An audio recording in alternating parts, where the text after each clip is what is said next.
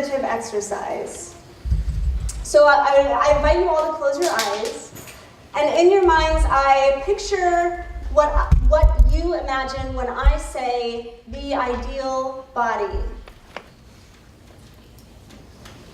Okay, you can open your eyes.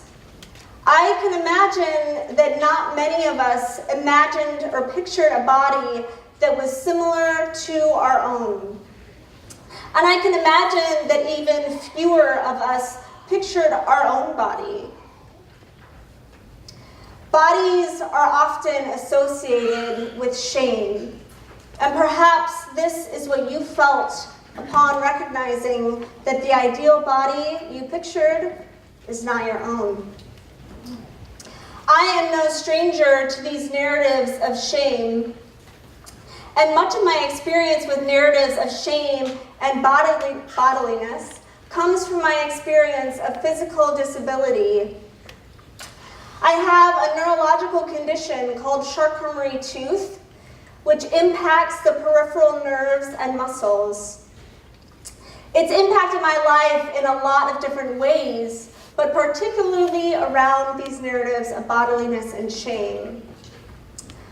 I have known shame when in grade school, in gym class after gym class, I was the one picked last, every time.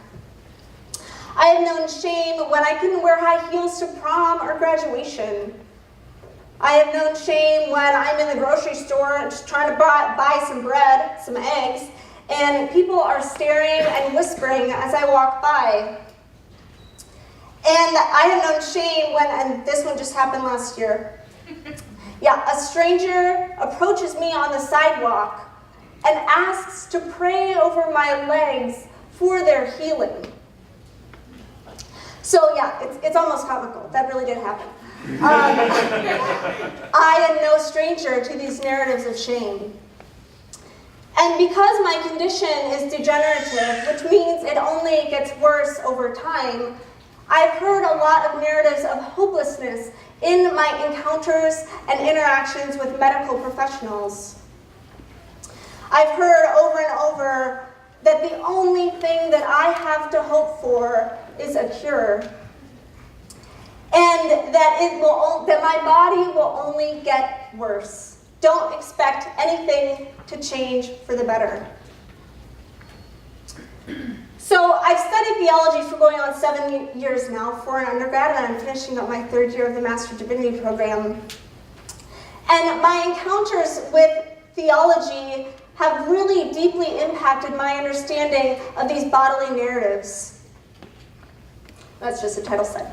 A couple of things are important to mention here. First, we have to note that a toxin, a very deadly toxin, has seeped into theology and impacted a lot of the narratives we hear about bodies in Christianity. And this is the idea of Platonic dualism. Platonic dualism is the notion that the material world, the created world, including bodies, are subordinate to the spiritual world. That these are separate. That our bodies don't communicate God to us as whatever the spiritual does. These narratives of Platonic dualism have seeped in the tradition in a number of areas, including, like I said, disability studies, the false dichotomy between sexuality and spirituality, and the subordination of women's voices in the church. But I would like to argue that these narratives are not authentic to Christian theology. And while there are a number of things that I could talk about right now, I'm just going to focus on 3. The first is pretty basic: biblical creation stories. Genesis 1:31 says, God saw everything that God had made, and indeed it was very good. Period. It was good. This includes bodies. The second one is the incarnation. For those who may not be familiar with what the incarnation is, this describes God taking on flesh in the person of Jesus Christ. There are a lot of implications that the incarnation has for our relationships with our bodies, but perhaps the most important for the purposes of this talk is the idea that we can never know or experience God outside our embodied experiences. Even the Christian mystics, who are typically categorized as the most spiritual people in Christian history, have described their encounters with God in deeply bodily terms. The third and final idea that I'm going to talk about is eschatology. Basically, eschatology is the theological study of the ultimate destiny of creation. It's marked by the reign of God, which is a reign of justice and inclusion and communion and integration of the body and soul and with the community and union with God. We are called to make these things of the eschaton known and felt in the lives of people in the present. And this includes the justice and inclusion and communion. Here we can look to the example of Jesus, who made the hope of eschatological resurrection of the body made present in the lives of people he encountered through concrete acts of welcoming marginalized bodies into the center. So what does all this mean for disability? A lot of times in our culture, we hear narratives about disability and overcoming. A very recent example of this is in the death of Stephen Hawking.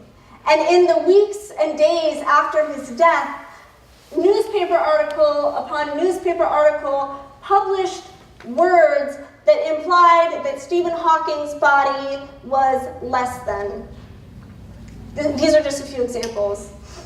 Useless body, paralyzed but making constant contributions. It's as if disability and success were the exception. As if disability and success were paradoxical. And not only this, but these narratives don't honor the goodness that can come to us in our embodied experiences. And in addition, these narratives of overcoming, the narratives of Platonic dualism, facing body and soul against one another, are mythical. It's not possible to overcome our bodies. That seems pretty simple, but we read this kind of stuff all the time. In my experiences, I used to love these narratives of overcoming. For me, I felt like they honored my experiences of chronic pain, social marginalization, loss of ability. But they didn't honor all of the wonderful experiences that I had also been given through my embodiment. My body is not something I overcome. My body is a place where I encounter the divine.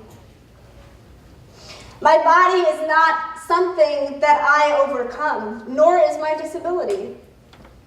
What I do overcome are social inscriptions of shame and narratives of hopelessness. I'm going to say that one more time because I think it is very important. I do not overcome my body. I overcome social inscriptions of shame and narratives of hopelessness.